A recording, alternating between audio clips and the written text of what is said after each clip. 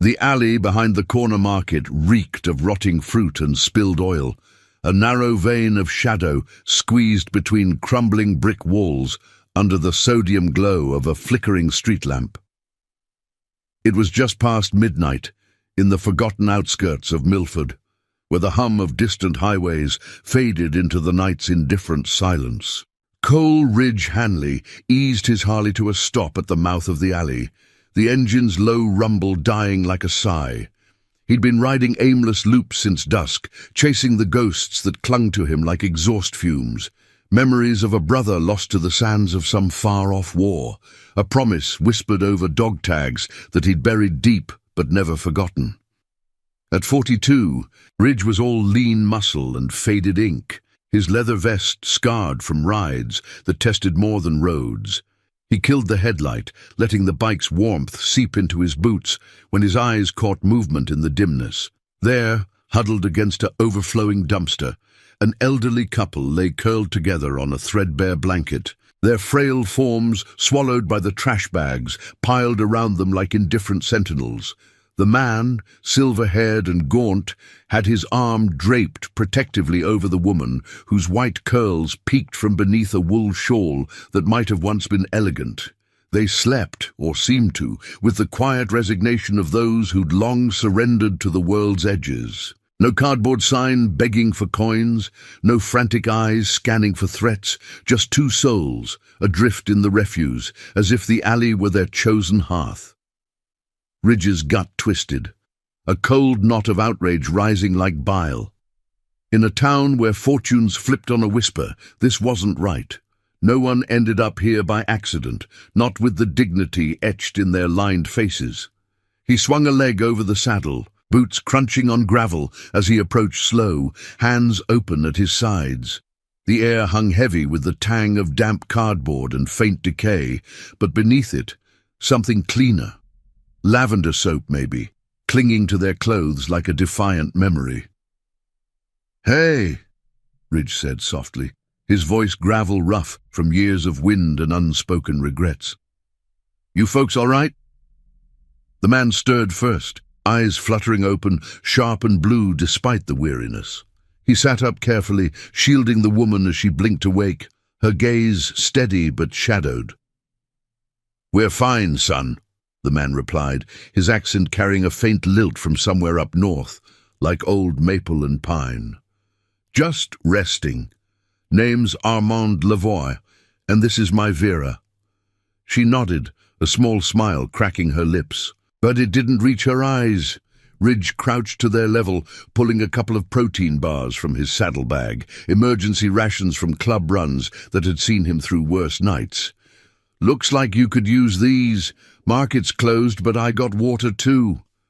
He handed them over, watching as Armand accepted with a nod of quiet pride, no groveling, no shame. As Vera unwrapped the bar with trembling fingers, the silence stretched, broken only by the distant wail of a siren slicing the night. Ridge lingered, something pulling at him, an echo of that old promise to his brother. Look out for the overlooked, stand for the silent. "What brings you out here?" he asked, not prying, just filling the void.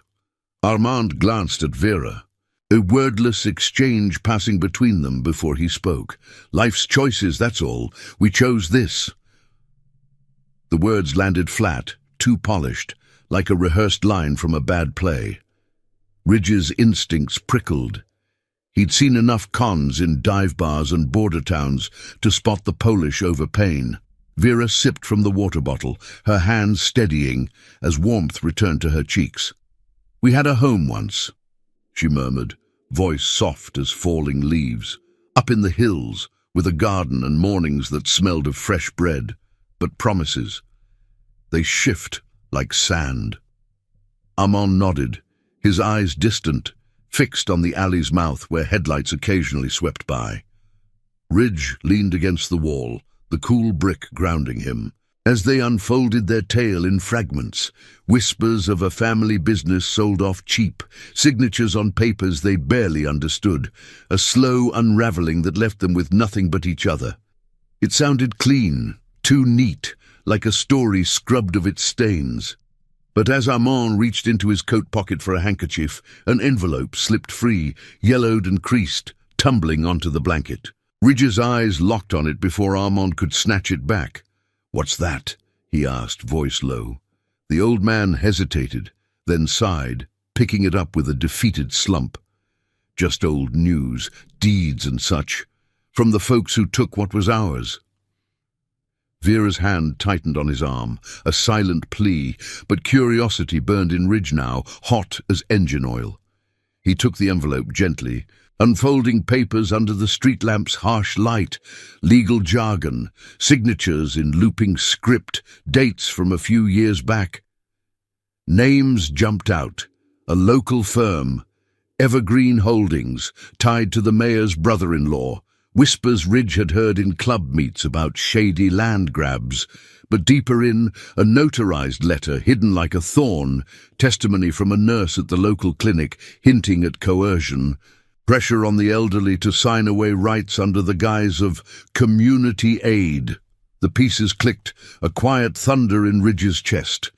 This wasn't choice. It was theft, wrapped in smiles and fine print.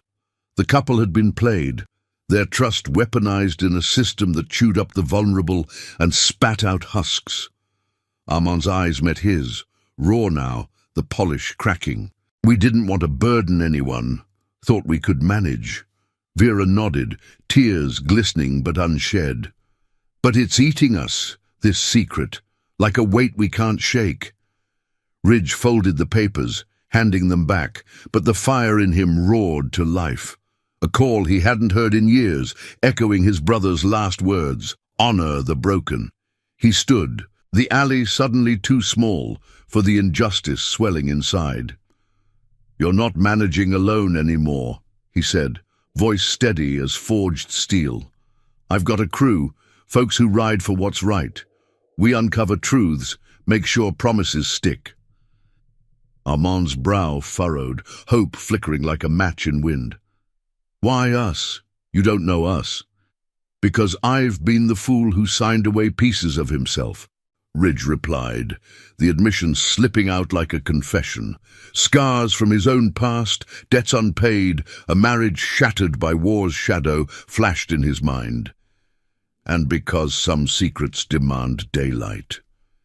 He helped them to their feet, the blanket folding small in his hands as the first hints of dawn bruised the sky purple.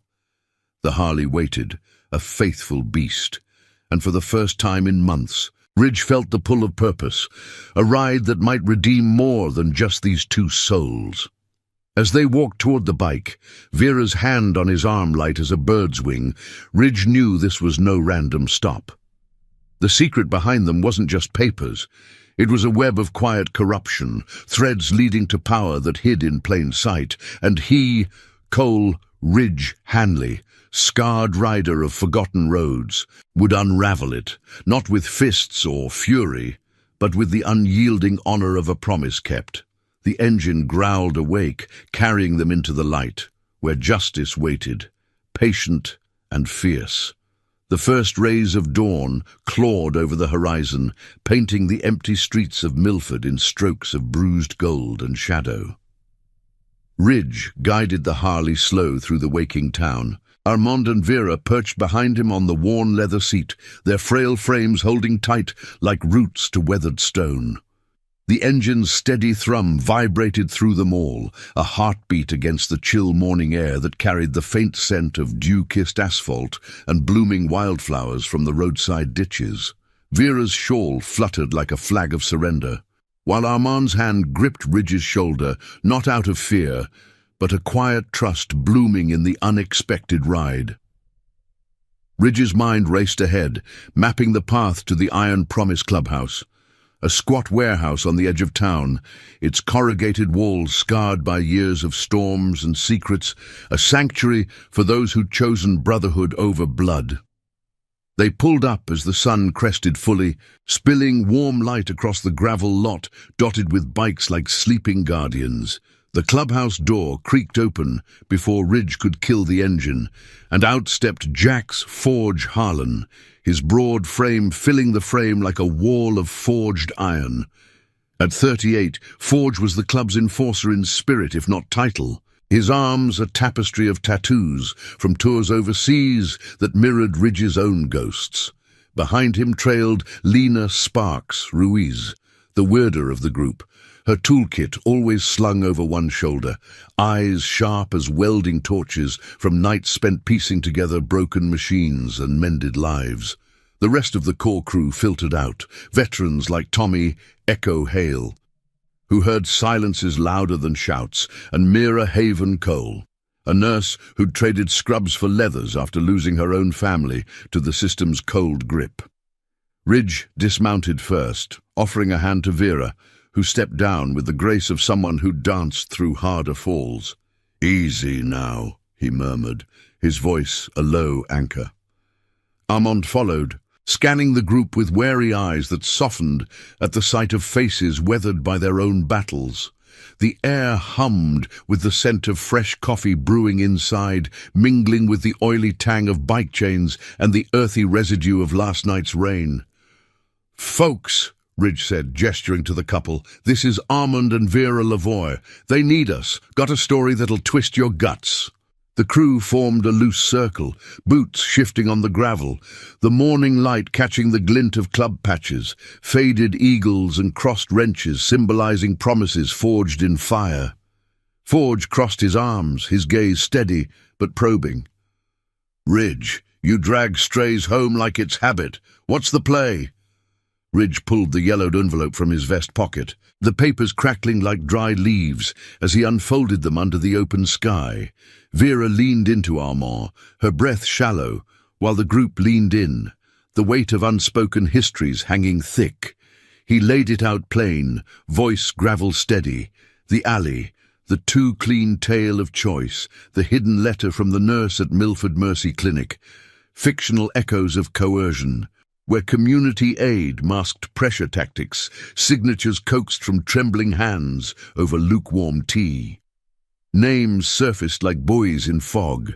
Evergreen Holdings, a shell for land flips that enriched the mayor's inner circle, preying on the elderly with smiles sharper than knives.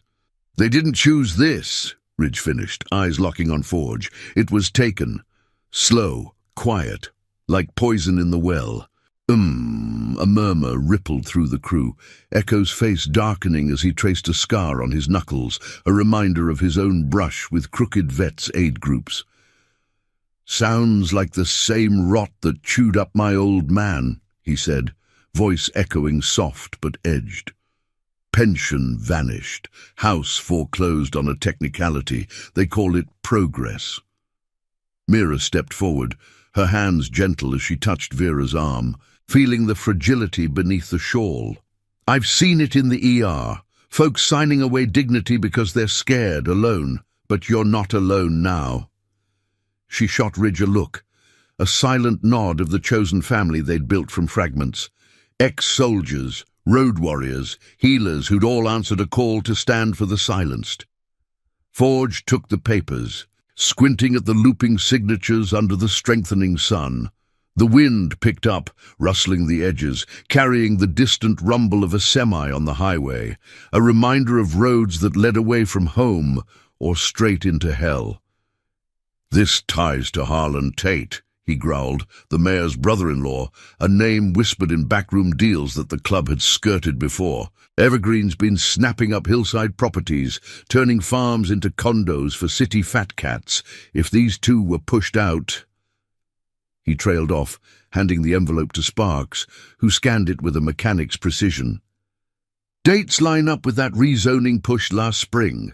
I can dig digital trails, emails, filings, but we need witnesses, not just paper."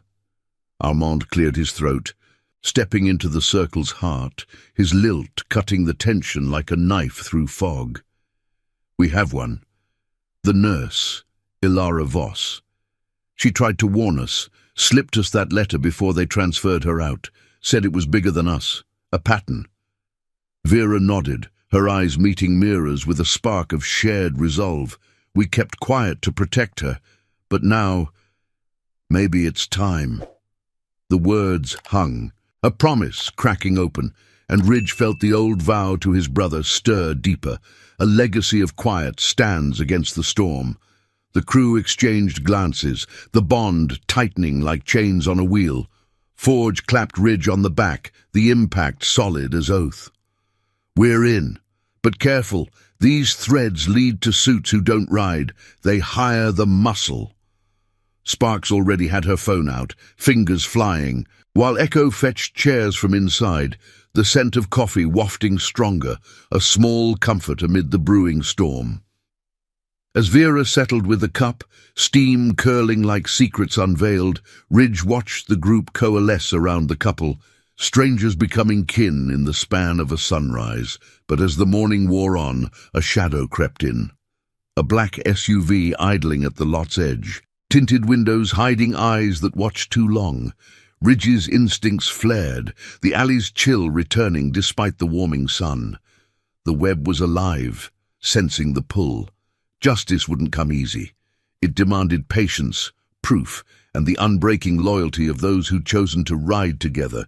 And in that circle, with the horizon stretching wide, Ridge knew the ride had just begun, carrying not just two souls, but the weight of promises that could shatter empires built on lies. The sun climbed higher, turning the clubhouse lot into a patchwork of light and shadow that danced across the gravel like fleeting loyalties. Inside, the air thickened with the aroma of strong coffee and the faint metallic bite of Sparks' laptop humming on the scarred wooden table, its screen casting a blue glow on the faces gathered around. Ridge leaned against the wall, arms crossed over his vest, the weight of the envelope now passed hand to hand like a sacred relic. Armand and Vera sat side by side on mismatched chairs, Vera's fingers laced with her husband's, their presence a quiet anchor amid the crew's rising energy. The room, with its walls lined in faded posters of open roads and shelves cluttered with trophies from rides long past, felt smaller now, charged with the promise of action. Sparks' fingers flew across the keys, her brow furrowed in concentration, the soft clicks echoing like Morse code in the hush. "Got something," she said finally, her voice cutting the tension like a spark from flint. She turned the screen toward the group, revealing a web of digital threads, public filings twisted into private gains. Evergreen Holdings wasn't just a name, it was a hydra, tentacles reaching into Milford's underbelly, snapping up properties under the banner of urban renewal. Dates aligned with Armand and Vera's story, a cluster of sales from the hillside homes, all to elderly owners who'd signed away their legacies in dimly lit offices, lured by promises of security that dissolved like mist. "See this?" Sparks pointed to a blurred email chain, redacted but telling. "Internal notes from Tate's office. Pressure on notaries to rush approvals. No outright threats, but the implications there, heavy as lead." Forge paced the room's edge, his boots thudding softly on the concrete floor, each step a drumbeat of restrained fury. His eyes, shadowed by the brim of his cap, flicked to the window where the black SUV had lingered earlier, now vanished like a bad omen into the morning traffic. Tate's no stranger to this. Word in the garages is he's got the mayor's ear and the sheriff's blind eye. They dress it up as progress, condos for the young folks, jobs that never come. But it's the old guard getting shoved out, their roots yanked for someone else's profit. He stopped, facing Armand, his broad shoulders easing as if to share the load. "You two aren't the first, won't be the last if we sit idle." Armand's gaze met Forge's, steady as the hills they'd lost, the lines on his face deepening with the weight of years unspoken. "We thought it was our fault, too trusting, too slow to see the shift." The man from Evergreen, smooth as polished stone, came with forms and a handshake, said it was for the best, community first. Vera squeezed his hand, her voice emerging soft but threaded with steel. "He spoke of our garden, how it'd make way for something grand. We signed, believing in the good of it, but the checks bounced, the new owners never came, and suddenly we're adrift. The words hung, evoking the alley's chill, the trash bags as cruel witnesses to a betrayal that whispered rather than shouted. Echo, ever the listener, knelt by Vera's chair, his quiet presence a balm. He'd lost his father to similar shadows, a veteran's pension siphoned by fine print fees from so-called aid groups. And the echo of that pain resonated in his nod. "Stories like yours echo louder than you know," he said, voice low and resonant like wind through canyon walls. "I've got contacts from the old days, folks in the clinics, the halls of power who owe me silence is kept. Ilara Voss. I can reach out, quiet-like, see if she's willing to speak." Mira, beside him, nodded, her nurse's instincts sharpening as she noted the faint tremor in Vera's hands. Not just age, but the residue of stress that lingered like smoke. "I'll go with you," she offered. "Medical angle could tie in, records of visits where pressure was applied under the guise of care. I've seen charts scrubbed, but traces remain." Ridge watched it all unfold, the crew weaving into a tapestry of purpose, each thread a vow renewed. The old promise to his brother stirred deeper now, not just a ghost but a guiding light, illuminating the scars that bound them. Forge's tours in dusty conflicts, Sparks' escape from a corporate cage that valued numbers over lives, Echo's silent vigils for the forgotten. This was family chosen, forged in the fire of shared roads and unspoken oaths. He stepped forward, the floorboards creaking under his weight, and placed a hand on Armand's shoulder. "We're not charging in blind. Patience first. Gather the proofs. Line up the witnesses. Then we ride to the light, make sure the truth sees daylight." The group murmured agreement, the air shifting from tension to resolve, like the calm before a long haul. Sparks printed copies of the filings, the printer's whir a mechanical heartbeat, while Forge sketched a loose plan on a napkin, discreet meets, back channels, no flags raised too soon. Outside, the sun beat down warmer, baking the gravel and carrying the scent of pine from the distant hills, a reminder of what had been stolen. Vera stood slowly, Mira at her side, and crossed to the window, peering at the empty lot. "It's more than land," she whispered almost to herself. "It's the promises we made, to each other, to the life we built. Seeing it crumble, it hollows you." As noon approached, the crew broke for a simple meal, sandwiches from the clubhouse fridge, shared around the table with stories traded like currency. Laughter edged in. Tentative at first, Armand recounting a tale from their early days, Vera's eyes lighting with the memory of fresh-baked mornings. Ridge caught Forge's eye across the room, a silent pact sealed in that glance. This fight was theirs, a stand against the corrosion that ate at the world's edges. But as they ate, a low rumble grew from the highway, a convoy of semis, oblivious to the undercurrents below. Ridge's thoughts turned to the web's heart, Tate and his allies, power insulated by layers of denial. By afternoon, Echo and Mira slipped out on Echo's bike, the engine fading into the haze, bound for Voss's last known spot, a quiet suburb clinic where truths might still breathe. Sparks dove deeper into the digital shadows, uncovering a pattern, a dozen families displaced, all threads leading back to Evergreen.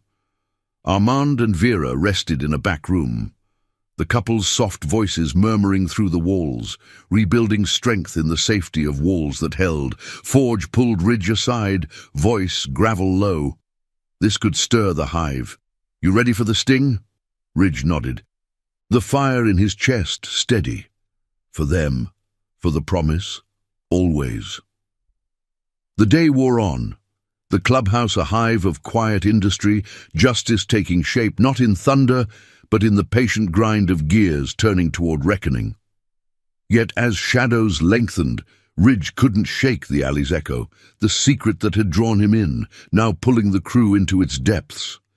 The ride ahead promised trials. But in the bond they'd chosen, there was unyielding light, a legacy of honor that no corruption could dim. The afternoon sun slanted through the clubhouse windows, casting long fingers of gold across the cluttered table where Sparks hunched over her laptop, the screen's glow etching shadows under her eyes like war paint. The air inside carried the mingled scents of cooling coffee grounds and the faint ozone tang of electronics straining against digital walls, a quiet battlefield where truths hid in code and forgotten files. Ridge paced the room's perimeter, his boots scuffing softly against the worn linoleum, each step echoing the restless churn in his gut. The envelope lay open now, its papers splayed like dissected secrets, annotated with Sparks' neat underlines, names, dates, connections that snaked toward the heart of Milford's shadowed power. Armand and Vera had retreated to the back room for a nap, their soft breathing a fragile rhythm through the thin walls, but the crew remained vigilant, the weight of their choice settling like dust after a storm. Forge leaned against the counter, nursing a bottle of water, his massive frame a pillar of contained energy. "Echo and Mira should be back soon," he said, voice low to avoid carrying. "Voss better have steel in her spine. If she's scared off, we're chasing ghosts." Ridge nodded, pausing to glance at the window where the lot baked empty under the relentless light. No sign of the black SUV, but its memory lingering like exhaust. The old promise to his brother flickered in his mind, stand for the silent, even when the silence screamed. But this felt bigger, a web that could ensnare them all if pulled wrong.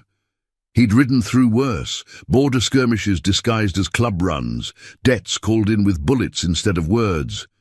Yet here, in the quiet unraveling of lives like Armand and Vera's, the injustice cut deeper, a slow bleed that no bandage could staunch. Sparks tapped a key, the laptop chiming softly, and the room stilled. "Bingo," she murmured, turning the screen. A grainy photo loaded, an office interior wood-paneled and smug, with a man in a crisp suit shaking hands with an elderly couple whose faces blurred, but postures screamed discomfort. Timestamp: 2 years back, the same month as the Lavoie's signing. This is from a public relations drop, Evergreen's success stories, but cross-reference the metadata and it ties to a deleted server log. Tate's firm hosted the event, free consultations that funneled folks straight to the notaries. Her fingers traced the lines, voice gaining edge. Patterns clear, target the isolated, the trusting, offer help, extract signatures, vanish with the deeds. And the kicker, funds rerouted to a shell for Tate's campaign contributions. It's not just land, it's votes bought with broken homes. The words landed heavy, stirring the air like a gathering thunderhead. Ridge's jaw tightened, the scars on his knuckles whitening as he gripped the table's edge. He'd seen corruption in war zones, where power wore uniforms and lies were ammunition, but this was insidious, preying on the very souls who'd built the town, farmers, retirees, the backbone bent under invisible weights. "How many?" he asked, the question rough as gravel. Sparks scrolled, her expression hardening. At least 15 in the last 3 years, all hillside properties. Some fought back quiet, letters to papers that got buried, complaints to a sheriff's office that looks the other way. But the Lavoies, their files flagged as resolved amicably, code for swept under. Before Ridge could respond, the back door swung open, admitting Echo and Mira in a rush of hot air and urgency. Echo's face was drawn, his usual calm fractured like cracked pavement, while Mira carried a manila folder clutched to her chest like a shield. The crew converged, the room contracting around them, the scent of road dust clinging to their leathers. "Voss is in," Echo said, sliding into a chair with a sigh that carried miles. "But it's dicey. She's at a small practice now out of town, transferred after pushing back on some donations that smelled off. Says the pressure wasn't just on patients, it was on staff too." Refuse to play along, and your shifts dry up, your references vanish. Mira set the folder down, opening it to reveal handwritten notes and photocopied charts, the paper crisp, but the content stained with implication. Vera's story checks. Mira continued, her voice steady as a pulse monitor. Voss remembers the visit. Armand had come in for a routine check, mentioned the offer from Evergreen. She overheard the suit in the waiting room, smooth talking about tax relief and community bonds. Slipped them that letter as a warning, but they ignored it, thinking it was just paperwork. Echo leaned in, his eyes distant as if hearing echoes of his father's pleas. She's got more. Audio from a staff meeting, veiled threats about job security if they didn't facilitate the signings, enough to show intent, not just coincidence. But she wants protection. Tate's reach is long, and she's got a kid to think of. Forge's fist clenched, the bottle in his hand creaking, but he exhaled slow, reining it in. We give it. No one's riding solo on this. The group nodded, the bond tightening like a chain link forged hot. Ridge felt it surge through him. The chosen family, pieced from fractures, Echo's quiet vigils, Mira's healing hands, Spark's digital blade, Forge's unyielding stand. It mirrored the Lavoie's own vow, weathered but unbroken, and his brother's ghost seemed to nod approval from the shadows. Yet doubt crept in, a psychological whisper. What if the web snapped back? Expose Tate, and the sheriff might spin it as biker meddling, turning protectors into pariahs. The ethical tightrope stretched. Justice demanded proof, but proof invited peril. As evening bled into the sky, painting the windows in hues of amber and indigo, Armand and Vera emerged, refreshed but alert, drawn by the murmur of voices. Vera's eyes lit on the folder, a flicker of fear yielding to resolve. Ilara. She risked for us, she said softly, touching the papers like fragile hope. Armand stood beside her, hand on her shoulder. If this brings light, we'll stand in it. Ridge met their gaze, the room's lamplight catching the silver in his stubble. We all will, but tomorrow we move careful. Meet Voss neutral ground, record everything. No loose ends. The crew dispersed into tasks. Sparks encrypting files, Forge checking perimeter with a watchful eye, Echo and Mira prepping questions. Outside, the first stars pricked the dusk. The highways hum a distant lullaby laced with warning. Ridge stepped onto the lot alone, the cooling gravel crunching underfoot, the air rich with pine and fading warmth. The alley's secret had bloomed into a reckoning, pulling them toward a moral crossroads where loyalty clashed with caution. But in the quiet, with the club's lights spilling golden behind him, Ridge recommitted to the promise that had started it all, a ride not for glory, but for the honor of mending what corruption tore asunder. The night deepened, suspense coiling like smoke, as the threads of justice wove tighter, binding fates in the unyielding grip of truth. If this chapter's tension has you on the edge of your seat, hit that like button. It fuels these stories of redemption and helps them roar down more roads. The moon hung low over Milford like a tarnished silver coin, its pale light filtering through the pines that flanked the neutral meeting spot. A forgotten roadside diner on the county line, its neon sign flickering open 24/7 in fits of red and blue. The air outside carried the crisp bite of night chill, laced with the greasy promise of frying bacon from the kitchen vents, a deceptive normalcy against the undercurrent of unease rippling through Ridge's crew. He'd led the ride out here just after dusk, the Harley's engine a low growl that masked the pounding in his chest. Armand and Vera tucked safely back at the clubhouse, under Forge's watchful eye.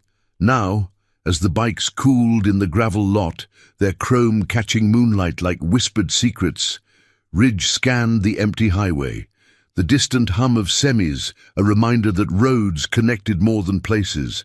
They wove fates. Inside, the diner smelled of strong tea and worn vinyl booths, the kind that had absorbed 1,000 confessions under fluorescent hum. Echo and Mira had arrived first, claiming a corner table shrouded in shadow, their leathers blending with the dimness like camouflage. Sparks sat across from them, her laptop disguised as a menu planner, fingers hovering over keys, ready to capture every word. Ridge slid into the booth last, the seat creaking under his weight. His vest's patches, a faded eagle clutching a wrench, gleaming faintly. The waitress, a middle-aged woman with tired eyes and a name tag reading Dottie, poured coffee without questions, her presence a brief anchor in the swelling tension. "You folks waiting on someone?" she asked, voice soft as steam rising from the mugs. Mira offered a nod and a smile. "Just catching up. Quiet night."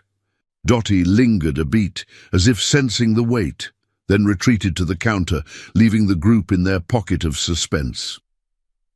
The door chime tinkled minutes later, admitting Ilara Voss, a woman in her mid-30s, her nurse's scrubs traded for a simple coat that couldn't hide the guarded hunch in her shoulders. Her dark hair was pulled back tight, eyes darting like a deer's in headlights. Scanning the room before locking on Echo's subtle wave, she approached slow, the floor's linoleum squeaking under sensible shoes, and slid into the booth opposite Ridge, her hands clasped white-knuckled on the table. The air between them thickened, charged with the ethical precipice they teetered on, truth versus the peril of speaking it. "You Echo?" she whispered, voice barely rising above the diner's low murmur of a lone trucker at the counter. He nodded, his calm a deliberate counterpoint to her nerves. "And this is the team. We appreciate you coming. No names if you don't want, but we're here for the Lavoys, for all of it." Ilara's gaze flicked to each face, Mira's empathetic warmth, Sparks' focused intensity, Ridge's steady resolve etched in the lines of his face. Before she exhaled, the sound ragged as tearing fabric. The coffee steamed untouched, its bitter aroma mingling with the faint floral of her perfume, a remnant of hospital shifts that now felt worlds away. "I shouldn't be here," she started, words tumbling like stones down a slope. "After that letter, they watched me." Shift changes that happened to overlap with Tate's visits, questions about patient confidentiality that weren't questions at all. But Armand. He was in my clinic for blood pressure meds, mentioned the evergreen pitch over small talk. The suit waiting outside wasn't there for health tips, he was there to seal deals. Her fingers traced invisible patterns on the table, mapping the psychological maze she'd navigated. Loyalty to her oath clashing with the institutional corruption that demanded silence. Mira leaned in gently, her voice a soothing cadence honed from bedside vigils. "We get it. The system's built to protect itself, not the ones it serves. But those traces you mentioned, staff meetings, the audio, could change that.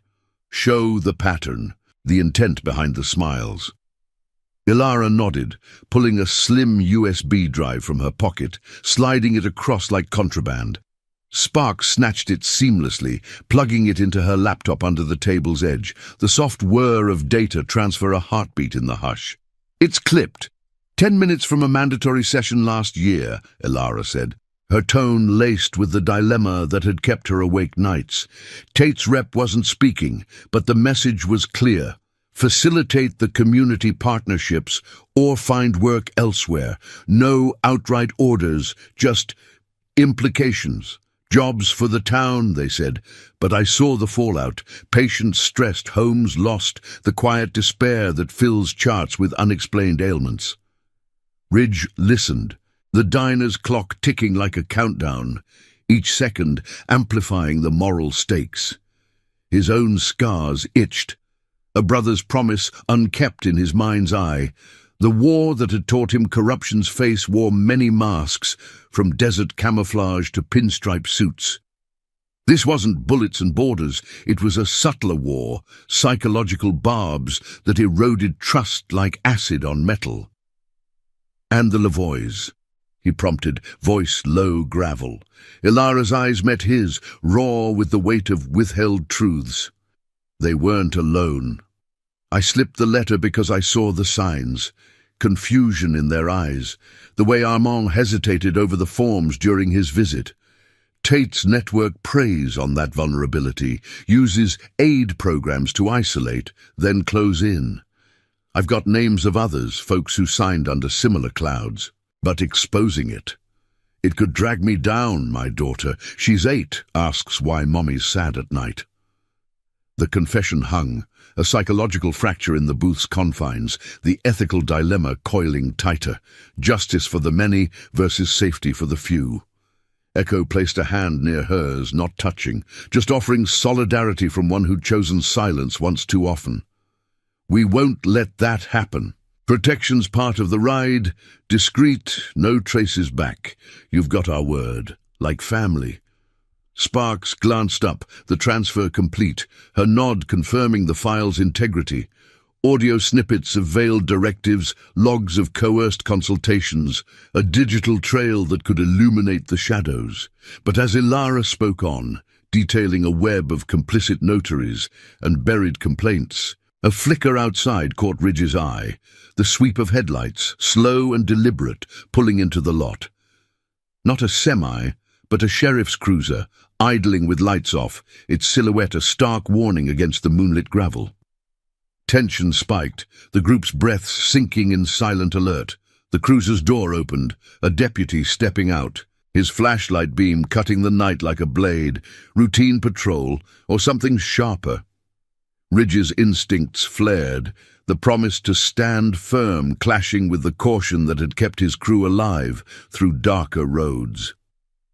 "Time to wrap," he murmured, signaling Sparks to pocket the drive. Ilara paled, but Mira's steady gaze anchored her. "You've given them a fighting chance. That's redemption in itself." They rose as one, casual as old friends parting, the bell chiming their exit into the cooling night. The deputy lingered, eyes narrowing on the bikes, but said nothing. Yet the encounter sowed doubt, a psychological seed. How deep did the corruption run, if even shadows watched? Back on the highway, engines roaring to life under the star-pricked sky. Ridge led the pack, the USB's weight in his vest a talisman of progress laced with peril. The wind whipped cold, carrying the scent of pine and distant rain as the crew rode toward the clubhouse, dilemmas unresolved but bonds unyielding. Justice demanded more than proof. It required the courage to face the backlash, the moral fortitude to protect the fragile threads of trust. In the rear view's blur, Ridge glimpsed Ilara's taillights fading, her choice a quiet sacrifice echoing his own vow, a legacy of loyalty that burned brighter against the encroaching dark.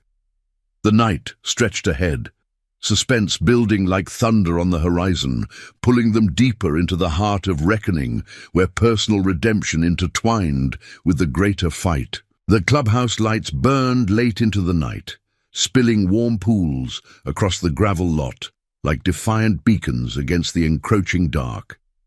Ridge killed his engine first, the Harley's rumble fading into the night's hush, leaving only the tick of cooling metal and the crew's boots crunching in unison as they dismounted. The air hung heavy with the scent of chilled pine and exhaust, a crisp edge that sharpened the tension coiling in Ridge's chest like a spring under pressure. Sparks clutched the USB drive in her fist, her knuckles pale, while Echo and Mira exchanged glances, heavy with the weight of what they'd pulled from the shadows. The sheriff's cruiser lingered in their minds, a silent sentinel on the diner's lot, its watch too pointed to be coincidence. Corruption didn't just hide, it patrolled. Inside, the main room felt fortified, walls lined with maps of old rides now serving as a makeshift warboard, pins marking the web's threads. Evergreen's filings, Tate's connections, the Lavois' lost hillside home. Armand and Vera stirred from their rest in the back, drawn by the low murmur of voices. their faces etched with a mix of hope and the quiet dread that came from years of guarded secrets. Forge met them at the door, his broad frame a reassuring barrier, offering mugs of herbal tea that steamed with chamomile's faint sweetness, a small ritual to steady frayed nerves. "They're back," he said simply, his voice a gravel anchor. Brought light. Vera's hand found Armand's, their fingers intertwining like roots seeking soil. As the group gathered around the table, the lamplight casting elongated shadows that danced like unspoken fears. Sparks wasted no time, plugging the drive into her laptop with a soft click that echoed in the hush. The screen flickered to life, illuminating her face in stark blues and whites as files unfolded. Audio clips grainy with office echoes, logs of consultations twisted into leverage points. The first recording played low, a voice, smooth and authoritative, droning through a staff briefing at the clinic. "We're all in this for the community," it intoned, laced with the false warmth of a salesman. "Facilitate the partnerships and we all thrive. Hesitate and, well, opportunities pass." No names dropped, no threats spelled out, but the implications slithered through, heavy as unspoken chains. Ridge leaned in, the words stirring the old rage in him, an echo of battlefield briefings where orders masked the cost in blood and broken trust. Ilara's notes accompanied the files, handwritten in tight script, dates of consults where suits from Evergreen shadowed patient visits, forms presented mid-exam like casual afterthoughts. One entry detailed Armand's appointment, the hesitation noted, the suit's presence in the hall like a predator's shadow. "They prey on fatigue," Ilara had written, "the slow erosion of will after a lifetime of giving." Mira read it aloud, her voice steady but threaded with the pain of her own losses, nights in ERs, where the system's indifference turned healing into harm. "This ties the medical angle," she said, tapping the page. "Stress from coercion shows in vitals, elevated pressures, unexplained anxieties. Voss documented it quietly, enough to build a case without alerting the brass." Armand's eyes widened at the mention of his name, the tea mug trembling slightly in his grip. The room's air thickened, carrying the faint must of aged paper and the sharper tang of resolve sharpening like a blade on whetstone. "She saw it," he murmured, voice lilting soft with northern cadence, "when we couldn't. We thought it was kindness, those visits. Free advice, they called it." Vera nodded, her white curls catching the light, tears unshed but glistening like dew on fragile petals. "But it was the beginning of the end. Signed away our garden, our mornings, for promises that crumbled to dust." The confession hung, a psychological rawness exposing the couple's scars, not just financial, but the deeper wound of betrayed trust. The slow poison of realizing one's life had been bartered in whispers. Echo paced to the window, peering into the night where the pines swayed under a rising breeze, their rustle a warning whisper. The cruiser's image burned in his mind, the deputy's beam cutting too close, as if scenting the hunt. "That patrol wasn't random," he said, turning back, his quiet intensity filling the space. "Tate's got eyes everywhere. If they know we're digging, it'll come at us sideways. Visits, warnings, maybe worse." Forge grunted agreement, his fists clenching on the table's edge, the wood creaking under the pressure. He'd faced institutional rot before, in VA halls, where veterans like him were shuffled aside, pensions diluted by red tape. "We hit back smart," he replied. "Compile it all, Voss's audio, Sparks' digital trails, the Lavoie's testimony. Take it to a judge outside Tate's reach, someone clean. No grandstanding, just truth laid bare." Ridge felt the ethical knot tighten, a moral crossroads where loyalty demanded risk. His brother's promise echoed louder now, honor the overlooked, even if it meant staring down the system's jaws. He'd buried that vow under miles of road, but here it resurfaced, binding him to this chosen family. Sparks' unyielding precision, Mira's compassionate steel, Echo's silent vigilance, Forge's unbreakable stand. For Armand and Vera, it was redemption's edge, a chance to reclaim not just land, but the dignity stripped by smiles and signatures. Yet doubt gnawed, exposed the web, and ripples could drown the innocent, like Ilara's child or the couple's fragile peace. "We protect our own," Ridge said finally, voice rough as weathered leather. "Voss gets a safe house if needed, and we ride point, eyes open, no lone wolves." The group nodded, the bond coalescing like molten iron cooling into strength. Sparks cross-referenced the files, uncovering more. A pattern of displaced families, their stories mirroring the Lavoys, homes flipped for condos that stood empty, profits funneled to Tate's allies. One name surfaced repeatedly, a notary who'd rubber-stamped the deals, now retired but reachable, his conscience perhaps as frayed as the papers. "Tomorrow," Sparks said, saving the compilation to an encrypted drive. "We reach him. Quiet meet, like with Voss." The clock on the wall ticked past midnight, the room's warmth a bulwark against the chill seeping through cracks, carrying hints of impending rain. As the crew dispersed, Forge checking locks, Mira settling Armand and Vera with blankets soft as old promises, Ridge stepped outside alone, the gravel cool under his boots. The moon silvered the lot, stars pricking the velvet sky like distant witnesses. The wind picked up, rustling leaves with the scent of wet earth, a sensory prelude to the storm brewing. The alley's secret had evolved into this, a symphony of quiet defiance against corruption's hush. But the cruiser's shadow loomed, a psychological prod reminding him that justice's path twisted, testing resolve at every turn. In the silence, Ridge recommitted, the promise to his brother a steady flame. For the overlooked, for the chosen kin, he'd ride into the fray, unraveling lies with the patient fury of truth unveiled. Dawn waited, heavy with possibility, as suspense coiled tighter, drawing them toward the reckoning's heart. Dawn broke over Milford with a reluctant glow, the sun's first rays slicing through the pines like hesitant fingers, illuminating the clubhouse lot where bikes stood sentinel in the dew-kissed gravel. The air carried the fresh bite of overnight rain, mingled with the earthy scent of damp soil and lingering pine resin, a cleansing breath after the night's coiled suspense. Ridge had barely slept, his mind replaying the cruiser's headlights, the USB's secrets, and the fragile hope in Armand and Vera's eyes. Now, as the crew gathered in the main room, the space felt alive with purpose. Coffee brewing strong and black, its aroma cutting through the faint must of old maps pinned to the walls. The encrypted drive sat on the table like a loaded chamber, its contents an arsenal of truth. Voss's audio, digital trails, witness notes woven into an unbreakable chain. Forge spread the compiled dossier across the scarred wood, pages rustling like whispers of impending storm. His voice rumbled low, steady as an engine at idle. "This goes to Judge Harlan, retired but clean, out in the next county, no ties to Tate's web. We deliver it personal, no mail, no traces."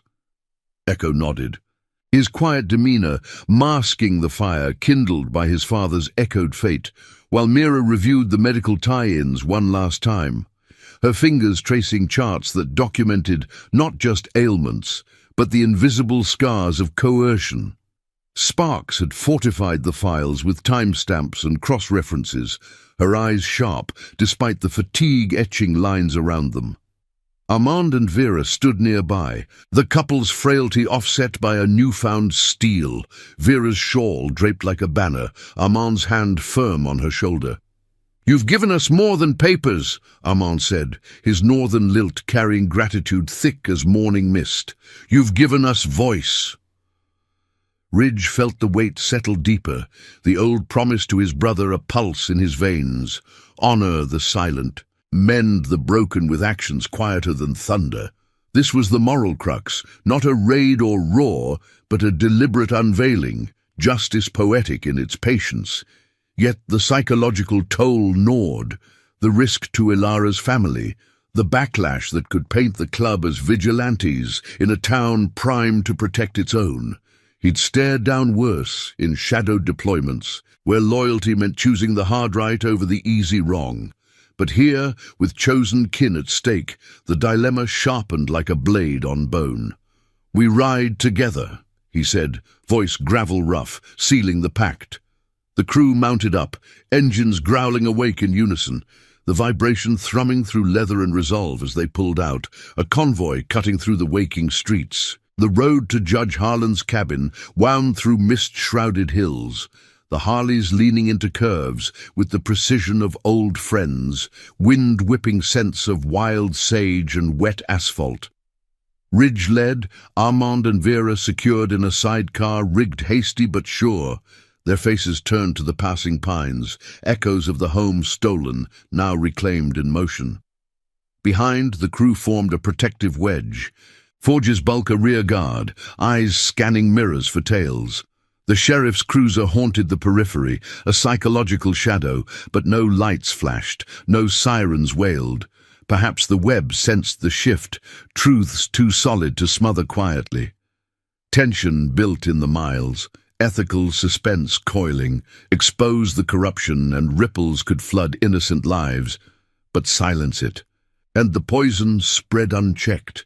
They arrived at the cabin as the sun climbed higher, its light gilding the weathered porch where Judge Harlan waited. A man in his 70s, with a face carved by decades on the bench, eyes keen behind wire-rimmed glasses. The air here smelled of cedar and fresh split wood, a sanctuary removed from Milford's undercurrents. No formalities. Ridge dismounted first, handing over the dossier with a nod that carried the weight of unspoken oaths. "For the Lavois, for the pattern," he said simply. Harlan flipped through the pages under the porch's overhang, the rustle amplified in the hush, his brow furrowing at the audio's veiled threats, the notarized deceptions, the medical logs painting coercion in clinical strokes. Armand stepped forward, voice steady. "We signed in trust, sir. They twisted it to chains." The judge closed the file, his gaze sweeping the group. Bikers etched with road-worn scars, the elderly couple standing tall in borrowed strength. "I've seen Tate's kind before," he murmured, voice resonant with the authority of cases long closed. "Power that whispers until it screams. This holds. I'll convene a special hearing. Pull in the AG's office. Outside influences, clean slate, but expect pushback. Corruption fights dirty when cornered." Vera's eyes met his, a tear tracing a path down her cheek, not of sorrow, but release. The first crack in years of quiet endurance. Mira placed a gentle hand on her arm, the chosen family's warmth a silent vow. "We'd ride through fire for this." Back on the road, the return felt lighter, the engine's roar a triumphant undercurrent, though caution lingered like exhaust in the air. Word spread subtle through the crew's network. Ilara relocated to a safe spot, her daughter shielded, a quiet thank you relayed via burner phone. Tate's web unraveled in the days that followed. Headlines in the regional paper, fictional but fierce. Elderly scams exposed. Holding scheme crumbles, with the judge's hearing pulling threads loose. Notaries recanted, filings reversed, the hillside homes returned to owners who'd thought them lost forever. No violence marred the victory. Justice came through proofs and witnesses, the moral poetry of integrity prevailing over institutional rot. Weeks later, under a harvest moon that silvered the reclaimed garden, Armand and Vera stood on their porch, the scent of fresh-turned soil and baking bread wafting like redemption's embrace. Ridge and the crew gathered loose, bikes parked in the drive like honored guests, the air alive with laughter and the low hum of shared stories. Forge clapped Armand on the back. Echo shared a quiet nod with Vera. Sparks tinkered with a porch light as Mira checked in with gentle questions. The old promise fulfilled, not just for the Lavoys, but for the ghosts Ridge carried, his brother's whisper finally at peace in the honor kept. As the moon climbed, Ridge lingered on the hill's edge, the valley below stretching dark and vast, lights of Milford twinkling like stars grounded. The ride had mended fractures, personal scars softened, loyalties deepened, a legacy of sacrifice etched in the chosen bonds that outlasted blood. Corruption's shadow retreated, not slain but exposed, a testament that quiet courage reshaped worlds. The wind carried the faint rumble of distant roads, calling onward, but for now, in this moment of poetic justice, Ridge breathed free, the overlooked honored, the silent heard, promises enduring like the hills themselves. Thank you for riding this journey with us. If these stories of honor and redemption touch your heart, subscribe for more tales from the road.